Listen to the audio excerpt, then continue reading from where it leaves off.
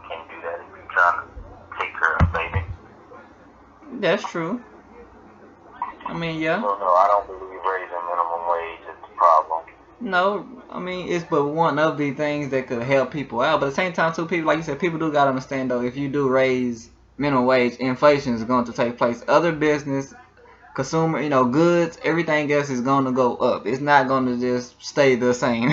It's going to go up. But I mean, but at the same time too, it is still hard to manage off of 7.25. I mean, it's hard to manage off of $10 an hour for crying out loud.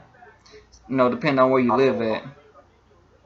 I mean, I cause mean, it's doable if you live within your means. That's the problem with a lot of people. They want to go buy a car that they can't fucking afford.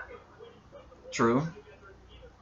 Yeah, that's very true. I mean, car, like you said, bills. People, try to get these high dollar bills, electric bill. I mean, they phone bills be trying to get the new iPhones. Bills Yeah, be like one hundred and fifty goddamn dollars a iPhones month. be like $600 and $700. Then they try to go buy clothes that too is too high. So I mean, I do believe smart money management would be a lot more better in this case. But at the same time We too, need to man. start investing in that. There needs to be finances classes taught in schools, and they need to be taught early, about ninth, 10th grade. That shit maybe eighth grade.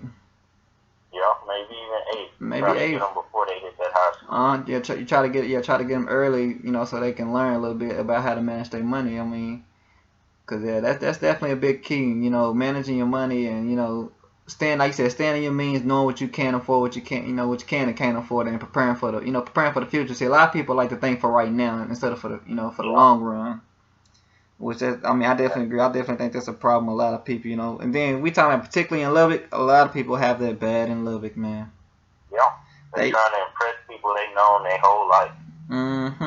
when they ain't even Like, helping nigga, I them. know you. I know where you work. I know you broke. You think I'm impressed with this $100 shirt you got on?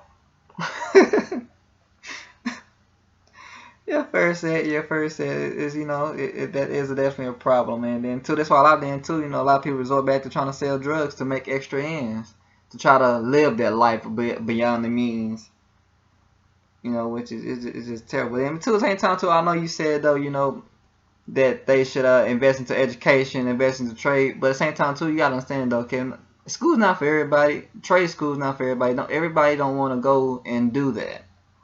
I understand that, but I also said the experience part. Like, if you don't want to get a degree or a certified skill, you can go to a job, work there for so long, and work your way up into management.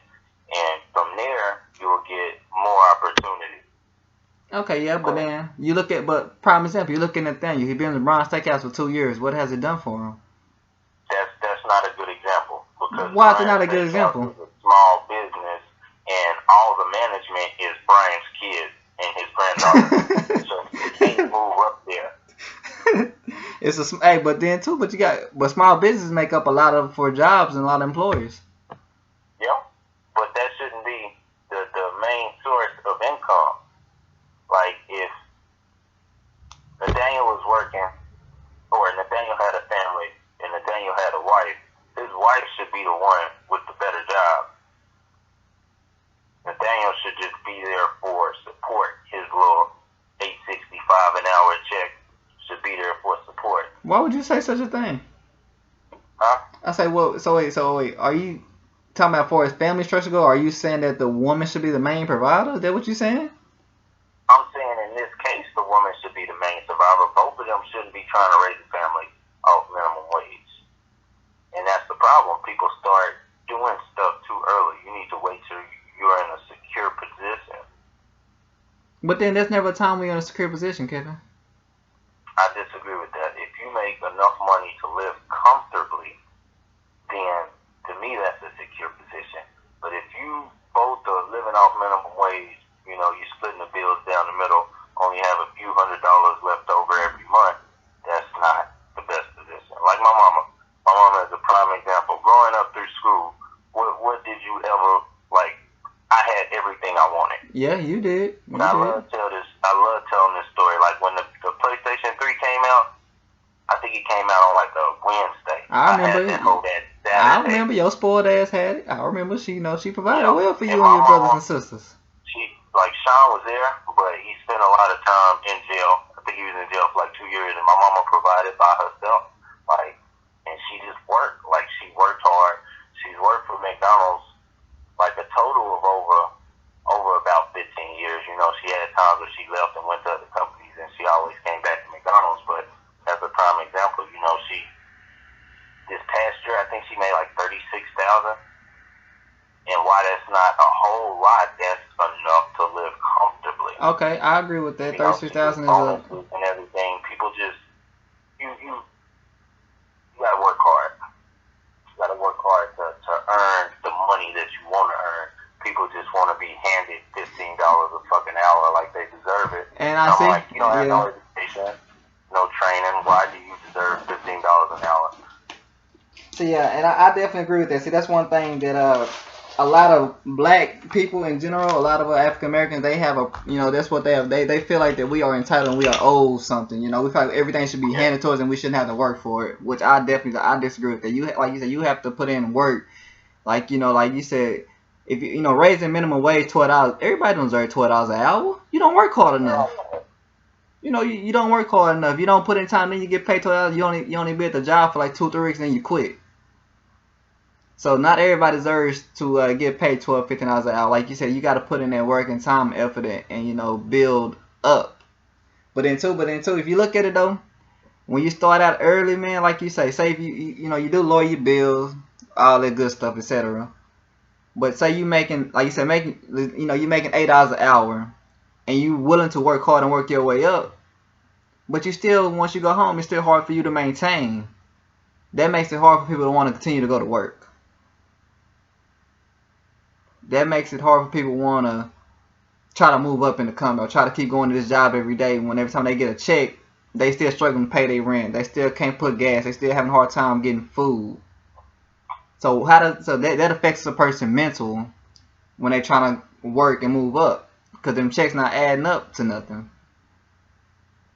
Then some companies don't even give you 40 hours. Some will give you less because you got to employ everybody else. Everybody got to spread the hours out and stuff like that. Then some companies play favorites. So that's another issue.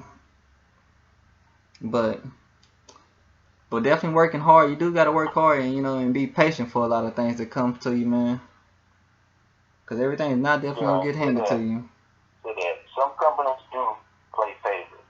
Mm-hmm. But Coach Swag said something one time, or somebody told him you have favorites. He said, I do have favorites.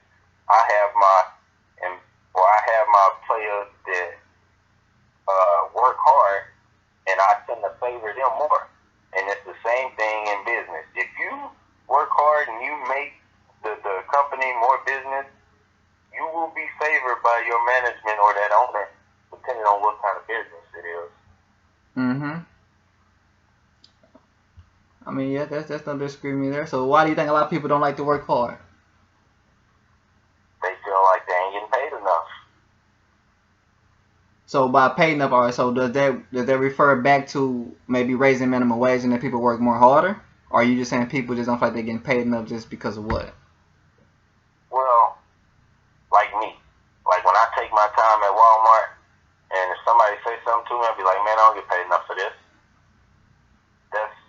That's like the attitude that a lot of black people have is I don't get paid enough to be doing all this that they want me to do.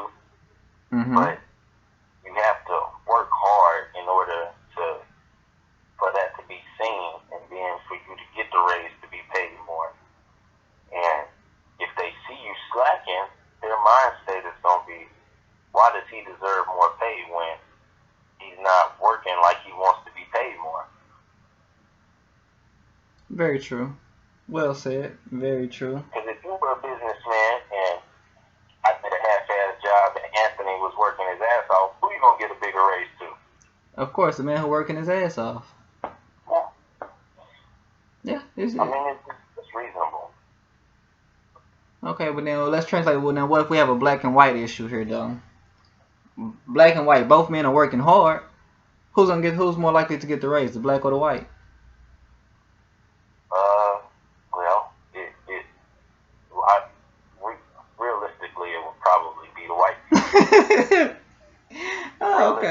I like how you said realistically. We gotta I'm be real. black, so I'm gonna give it to whoever making me the most money, because that's really the only color I care about. I don't give a fuck about black, white, even Mexicans. I'll put up with a Mexican if he making me enough fucking money. Oh, you're such a I racist. care about green. But I mean, you got to look into stuff like that before you get a job. You can't go into a job where people or the management has been accused of racism. Yeah, that's true. Yeah, you gotta do your homework on that one. Another thing I think that plays a role into getting a good job, experience. What if a person don't even have experience to get those good jobs? Because a lot of times, a lot of people apply for a lot of jobs, but won't get them because they have no experience on their background. That's what the minimum wage is for. It gets you into the work field and allows you to gain experience. That's what it was originally designed for. Like the workforce, the youth program, stuff like that, designed to get people back to work, basically. Position, like, say you apply for a job managing a warehouse. You ain't never worked at a warehouse a day in your life, so you end up getting a job at the entry level, and then you work your way up. You eventually made it to that job. Now you actually qualify for the job, though. Yeah. Okay. So the majority of businesses hire within. Very few businesses will go like look for a store manager or someone to run a business that's outside of the business, because they want somebody that understands how their business runs and how it operates, and they understand like things that will help it grow. Because entry level positions are the ones that usually interact with the customer the most, so they might have the most ideas. Okay. That's very true. Alright, let's transition to a different subject. I believe a couple interviews back, I was watching Trump, and I believe he was talking about the protests and a lot was going on within the world communities and stuff like that. And he was saying a lot of these people, a lot of it has to do with the fact that a lot of, the fathers are not being involved in the kids' life, or a lot of, fathers are being absent. How do you answer that? Like, how does fathers being absent and not being with their children at home, how does that affect everything that's going on? Or their work mentality, all the good stuff? Well, that old saying, it takes a village to raise a child. That's where it comes from. Like, the more hands you have, the better.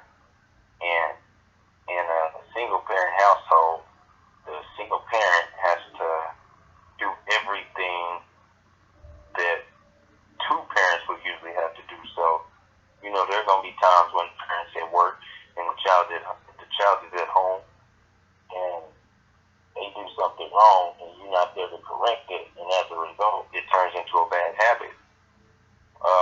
Statistically speaking, kids that come from households with two parents are more likely to be successful than kids that come from broken families. And that's not a surprise, because if you look at like the people we know and how they act, a lot of them come from single parent households, and a lot of that just got to do with the fact that we've gotten away from like traditional marriages and etc.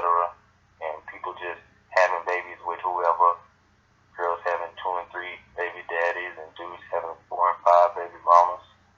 So when you're not there to raise your kids, especially fathers and sons, if a man isn't there to teach his son how to be a man, how can you expect a mother to teach the son to be a man? A woman can't tell a man how to raise a boy. Yeah, that's very true. That's very true.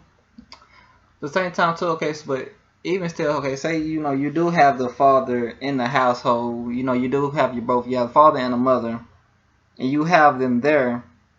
Does that still mean everything is still going to be good? No.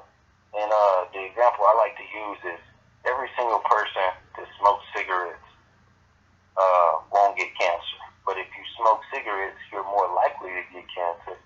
And then you might never smoke a day in your life and still get cancer. So you can have two parents in the household, and the child still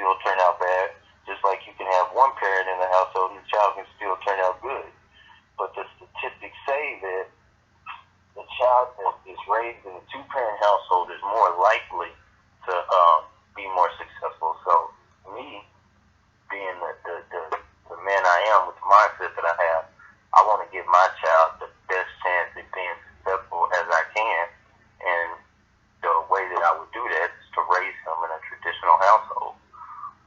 Okay, yeah, I agree with that. I mean, I'm looking at some of the facts right now. I mean, it says here you got 24 million kids are without their fathers at home. You know, they're 2 times more likely to drop out of school. They're more likely to commit a crime or go to prison. They're more at greater risk of being in poverty. What would be a solution? I think we need to start. It'll go back to education. We need to start educating, especially in minority, low-income communities, how a child is affected when parents make poor decisions as parents. I think Obamacare did a good job of this, making what is that? No, we're talking about the fatherhood initiative. I don't know what that is. Okay, it's a program that's try to get fathers more involved with their kids, basically. Okay, I was talking about how Obamacare pays for birth control. Okay. That's really good because it's not realistic to have, teenagers not to have sex. So the best thing that we can do is to just make sure they're safe. Me personally, I would tie their tubes. And the reason I would do that, I would pay for it. I'd have a government program that paid for it. And we would pay the time, but we wouldn't pay the untime. Okay, now now I disagree. Now that's a problem for women. Now I believe you're because now you're playing a role. Now you are making choices for women. So you don't trust them to so you don't trust a woman to make their own decision? Choice, though. You don't force it on them, you give them the choice. Okay, you give them a choice of whether they should have them tied or not? Yeah. It's safer than birth control because birth control can fail. And then you can always untie your tubes. And the way I tell it is, I was looking into getting a vasectomy, and someone go, well, you can't have kids. And I said, you can, but I would have to do in vitro fertilization. Just like you can get your tubes untied when you're ready to have kids and then, get pregnant. And I say, but I would have to have the money to get it done.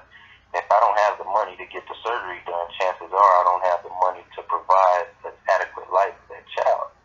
So if you pay to have the tubes tied, but you force them to pay to have them untied, then the only way they'd be able to afford to have that surgery is if they can afford, to provide for the child well. So you're saying you're gonna pay for them to get it tied, but you're gonna force them to pay to get it untied? Yeah. I think that's just diminishing women, man. I don't think so. If anything, it would help. Like if you are a woman with plans and you're sexually active, your goal would be to get educated, get a good job, and then have children. And if you do that in that order, then you would be able to have children. But in the off chance that you didn't, this would stop people who shouldn't be having children from having them. There's a lot of people that have kids that live off welfare, food stamps, Section 8, etc. They don't have one fucking kid. They just pop them out like it ain't nothing. I agree with you, but we don't make decisions who can have a kid, though, Kevin. The government shouldn't have a say who should have kids and who should not, or who can and can't. I don't think the government should have a decision with that. And that's why, they can't let you tie your tubes until you've had like 1 or 2 kids, something like that. And I'm saying they should make that choice. Like if a woman want to tie her tubes, that should be her decision. And then me, as a leader, I would pay for it to be done, but I wouldn't force it on anyone. Like if you wanted to do it, it'd be your choice. I just provide the funding for you. Okay. I mean, that's a good funding program. So I can see some benefit in that. I see some benefit, but then what if they're never able to actually afford to get it untied, and they want to have And they kids? shouldn't be having kids. But then see, then but then that's taken away from them. That's what I'm saying. So how can you support them and pay for it and fund them for it? But you got to fund it untying as well too. No. See, if they can't afford to have it untied, chances are they can't support. They can't afford to take care of that child, which means they're gonna be living off welfare and government assistance. It would save the government money if they're doing what I'm saying and preventing them from having children that they can't take care of. Think about all the money the government would save and where it could be used in other areas like education. Yeah, we do need to spend our money differently than what we definitely do, and you know, the rate of that way kids are born nowadays, and you know, at least everybody living on welfare, government assistance, it is kind of a high number, which is very a shame, should I say? You know, and particularly a lot of black people definitely take advantage of the system too. Oh yeah. Which is definitely That's not. because they feel like they're entitled to handouts, though. Yeah, we definitely gotta stop feeling like we're entitled to handouts, man. Cause that's a big problem that we gotta fix. It's very bad. What's next? Another thing that we have a problem with as well is too that also places. When you you're a good man. You're a good leader, like you say. You got your head on your shoulders, right? In the area that you live in now, I definitely know a lot of people do this in particular, and a lot of people like to when you have a good woman at home. Why is it that a lot of men take advantage of it? Why is a lot of men rather choose their friends over their home? So you ask me, like, why do men cheat, or why do men, like, hang out with their boys rather than be at home with their wife? Pretty much. Both? Or the second one? The second one. Or basically, like, what were you saying? I think it's like in the beginning of a relationship, you spend a lot of time with your significant other. And then, like, as the relationship goes on, you want to enjoy yourself more, and you find that you kind of got stuck in a routine where you come home and you're not doing anything, and you're around that person like for several hours out of the day. So you want to go and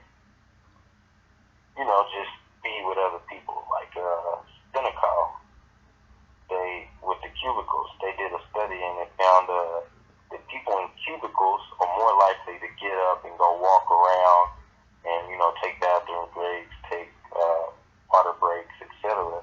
And it's because naturally humans want to interact with other humans like any other species or any other animal does. You want diversity, especially amongst especially on an intellectual level.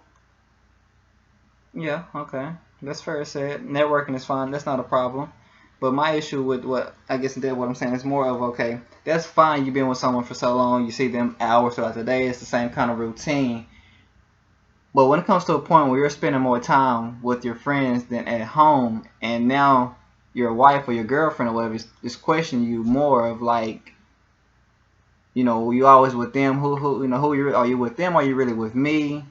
It comes to a point where now you're at home, you're having a disagreement with your significant other, with your friend who's not even in your home. So now your friend isn't affecting what's going on in your home. A lot of men. I think at that point you just need to prioritize. You more than likely not gonna lose a friend if you go a week or two without talking to them. But if you go a week or two without talking to your significant other, that's gonna cause problems. So I would tell people, or I would encourage people, like if you want to hang out with your friends a lot, let your significant other know and tell them like, hey, I'm gonna hang out with my friends tonight. You should go do something with your girls. So that way when you off with your friends, she can be off with hers, and she not sitting at the house alone. And that really, more than anything, is what's gonna frustrate her. she out having fun while I'm stuck here looking at the walls. Yeah, that's very true. Let's say, but that's a problem that I think a lot of people, and particularly from what I know in Lubbock, a lot of men have that down here in Lubbock, man. A lot of people have that bad. You know, yes, and I don't know why, because it ain't shit here. Yeah, it's really like, not. They like to go out to the Hitchin Post and all this shit, and I'm like, all these fucking people you've seen your whole life. Wow. Yeah, that's very true. A lot of people like to hang with their boys.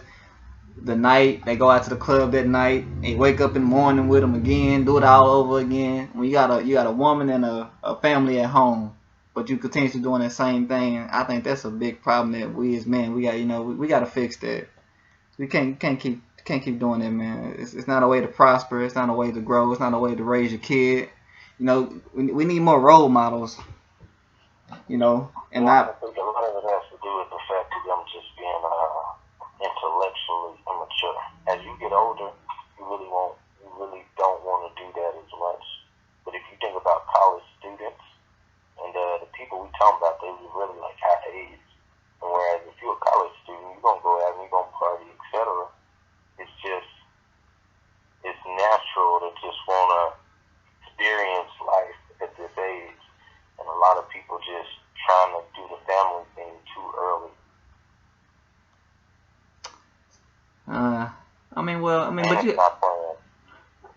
But to touch on what you say, you have some people who try to start a family early.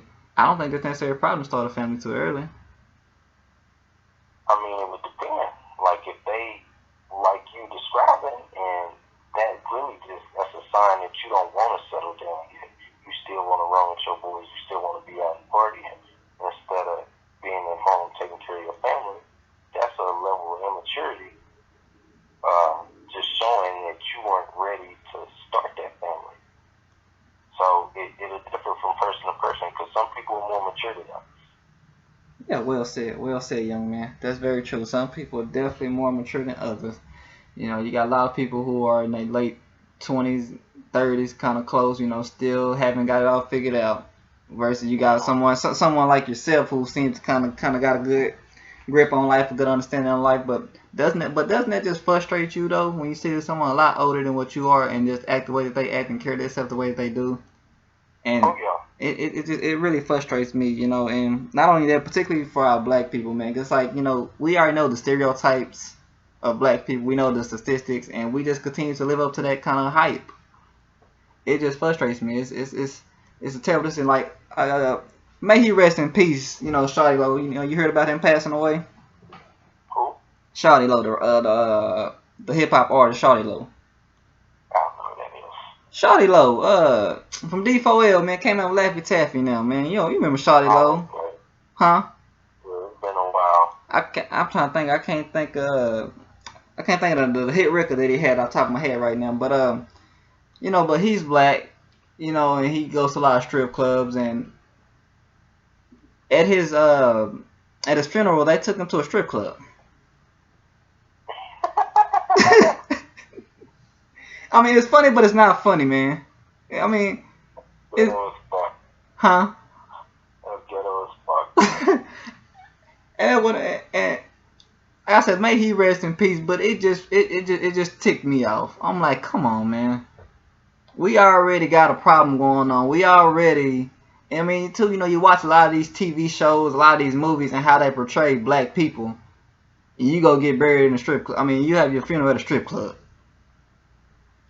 Come on, man. That's just terrible. We gotta stop living up to these stereotypes and these statistics, man.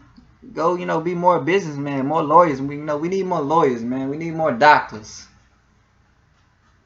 We need to do better than that. It's just terrible to see what a lot of black people like to do, man. But then they get mad when the media and a lot of these movies portray black people.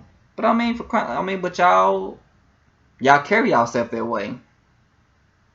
I mean, like you said, a lot of people, a lot of women living on government assistance and stuff like that. I mean, which I have no problem with, women or some, people getting help from the government. I mean, because it's there for you to help you.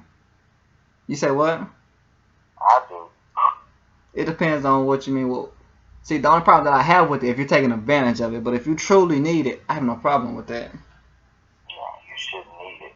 So you saying you shouldn't? So you saying you have a problem with it? Period. Yes. Elaborate. Minister Farrakhan, he talked about this. He feel like uh, welfare breeds a slave-like mentality because it makes you dependent upon the government. Whereas if you let them motherfuckers starve a little bit, they gonna get up off their ass and they gonna go get some work.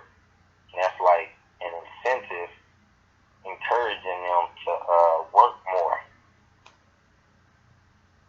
Okay. I mean, cause the They government. have no sense of urgency if the government is bailing them out of, you know. But a government assistance is there for you. Why not use it? I agree with that. I just feel like it should be there. The government should be there to help. The government should be there to help. The government should be there to provide services like Yes. defense, Transportation, all that. Yes, they should be there to do that. etc. If you take money from somebody that makes more money and then you give it to somebody who hasn't worked as hard, to me that's not fair. And you know, a lot of people say, well, if they have more money, they can afford to. Yeah, but that's not the point. Like somebody like me, if I can start from nothing, you know, come from a middle class family, and see my mom who had a GED work her ass off to make sure that we lived a good life. I don't see why it's difficult for other people to do that. Like I just don't see the trouble with it. I feel like they lazy. See, I don't think it's that lazy, Kevin. I mean, you know, it's a lot of things you have to look at. You have to look at the environment that they grow up in. You have to look at their background. Look at, you know, where they come from. Was it a single parent household, or you know, what kind of environment they live on? Was it, you know, you gotta look at a lot of different things. You gotta look at that. They say you gotta look at their education. You know, their grade point average. And you look at what they did in school. You know, you gotta look at all that. Take all that into perspective and factor that into me. We grew up on the east side. We grew up from, you know, semi-broken families. We weren't wealthy, or we didn't come from, you know, upper middle class. Yet we turned out fine. Why? For one, because see, you're speaking from a perspective based on yourself and what you've been through, and a few people that you may know. But at the same time, we're talking about on a larger scale here of millions of Americans. You know, not everyone is gonna overcome the challenge that, you know, you have came. So you got to think about the person who has not. Because at the same time too, there's a lot of people that you live around now come from the same environment, and look how they carry that. Look how they conduct themselves. You made it, but they didn't. So you gotta look at it why they didn't. You can't look at it why you did. You can look at why they didn't. You know what held them back. Themselves.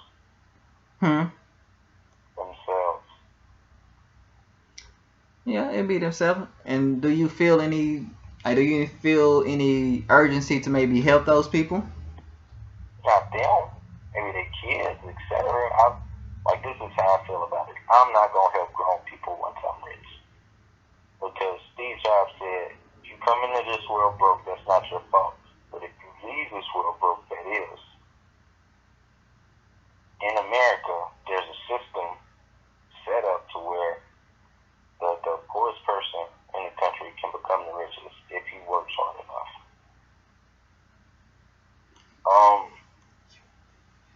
You sound like somebody like Bill Gates, who dropped out of college to pursue his company and is now the richest man in the world. Like, this is Mark Zuckerberg, somebody that, you know, created a social networking site that's now worth billions of dollars, that's used in hundreds of countries around the world. It's not so much that people need financial help. They need to be educated properly. They need to stop being babied in a sense. I don't believe that you should help adults because they need to help themselves before they can seek help. And the only way to know for sure that they're ready to help themselves is to let them struggle and see how they react to the struggle. You know, because some people will struggle and they'll keep going and they'll be fine. And some people will struggle and they'll quit. So you're saying you basically just kind of challenge them and test them before you actually lend out the hand. Yes. The only way you can know your limits is if you push yourself to them. You gotta be right there knocking at the door, or you know you ain't gonna never be able to knock it over.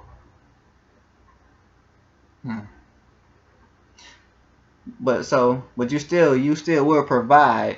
So like you said, say you become rich, you know, all that. Are you still gonna provide some type of educational classes, some kind of type of services to help those adults? Oh yeah. Oh no, to adults? Yes, adults. Maybe a school, like a training school, but that would be about it. I could give them a job, like people that would come to me and say, I'm rich, and people come to me like, hey man, I need to borrow some money. I can say, I ain't giving you no money, but I give you a job application. I give you a job, I'll let you work for some money. Okay, I have no problem with that. I agree with that. You know, like I said, once again, go back to how we said earlier. A lot of people look for a lot of handouts, which, you know, a lot of people feel like a lot of opportunities should just fall into their lap. Like it should just come to them instead of them actually seeking it and trying to find it and working for it. Yeah, you sound like your foundation is to get America back to you know, good standards is hard work, huh? Yeah. It's I guess as Donald Trump put it, I guess. That old saying, you don't work, you don't eat. That should apply to any nation. No one should be allowed to take advantage of the hard work of other people. You have a broken system when you allow that to happen, because there's always going to be people that take advantage. Let them start it off. Oh, that's so mean, man. You can't let. No. That affects you now, but then that's affecting the lower income communities, man. No, it's not. It's helping them. No, it's not. That's not helping them. The people that are at the bottom that are causing the poverty. You ever seen The Purge? No, I heard a lot about it though. In The Purge, they got like the country has a real low poverty level. The economy's real good, and a lot of it does with the fact that when they purge, they kill the homeless, they kill the sick, the weak, etc. And if you, I'm not saying it was a good idea, but if you allow people that can't support themselves to leave the system, whether it be they move somewhere else or they die, then you're decreasing the amount of people that you have at the bottom. But how's that helping them get out of that situation? See, I disagree with that. I think there's no reason why middle class men and upper class people and the wealthiest of the world should just be going on about their life and living their lifestyle and not investing into these lower income communities and just watching them, as you put it, just let them struggle. That's not good. Well, first of all, in a free enterprise, we got to understand that people can do whatever they want to do with their money. So if you choose to help someone, that's good. That should be your choice. Like Michael Jordan, he doesn't donate a lot of money. He does donate, but he doesn't donate a lot, given the fact that he's worth over $1 billion. And then you consider somebody like LeBron James, who's donated $41 million.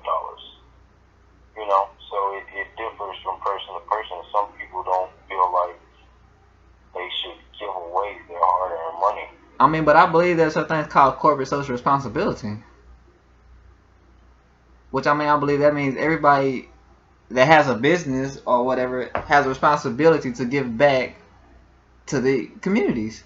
I think that should be a responsibility, obligation. I don't think that should be a choice. I mean, because for one, they invest into your business, so why wouldn't you invest back into the community? If they invest into your business, they buying your product. Well, look, logically, that makes sense. Like, logically and realistically, it makes sense. Circulating through one another, like they fund your business and you help them in a better situations. Mm-hmm. But realistically, people don't really care about their customers. They care about their money. You know, they say always put the customer first. But once that customer has paid their money, if you don't have any more money, what good are you to that? Okay, yeah, and this is why I think we should crack down on these big business more. We should hold them more accountable, more responsible for that. It's not right for them to just do that. Cause say if everybody who does support their product stop buying it, they lose money. And that's how it's supposed to be done. Like people who complain that McDonald's only pays $7.25 to employees. Guess what? If McDonald's don't have no employees, McDonald's can't serve no customers. McDonald's can't make no money. Mm-hmm. So they gonna raise they pay in order to get people in there so they can make money. But a lot of people's mindset is the government should make them pay us more.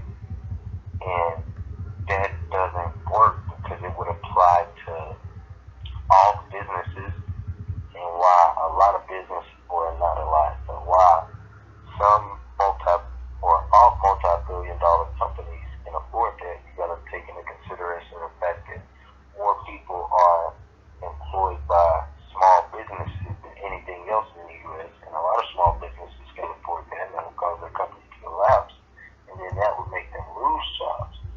So you gotta, in a free enterprise, you can't tell the owner how to run his company. Okay. You know, how much he should profit, what he should give to his employees, etc. From a standpoint, I guess it is your business. I can understand it, but at the same time too, you have to give back. I think this has to be an obligation, because I mean, like you said, you know, they support your business. Why wouldn't you not support them? I mean, that's why you look at Hillary. She actually has a plan to where if you actually invest back into the communities, and you share your profits with your employees, she will give back to you by through incentives. I think that's a good thing that that she's actually going to implement by her doing that. She can't make businesses profit share. That's never going. I know she can't make them, but the ones who do, she can also support them. I think the biggest thing. Hmm. I think the biggest thing for people to realize is you need to learn how to manipulate the system. And the way to do that is through the people that are going to work there and the people that are going to buy the product, not through the government and through regulations.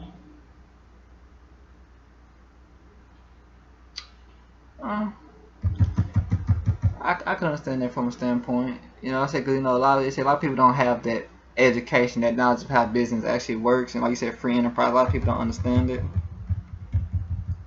Kind of gotta do your homework to understand it, should I say, to get a good understanding of how the system works. But I mean, it's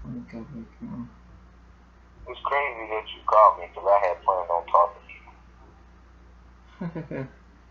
Yeah. I'm supposed to get this bullshit job, and I was gonna try to sell you some life insurance.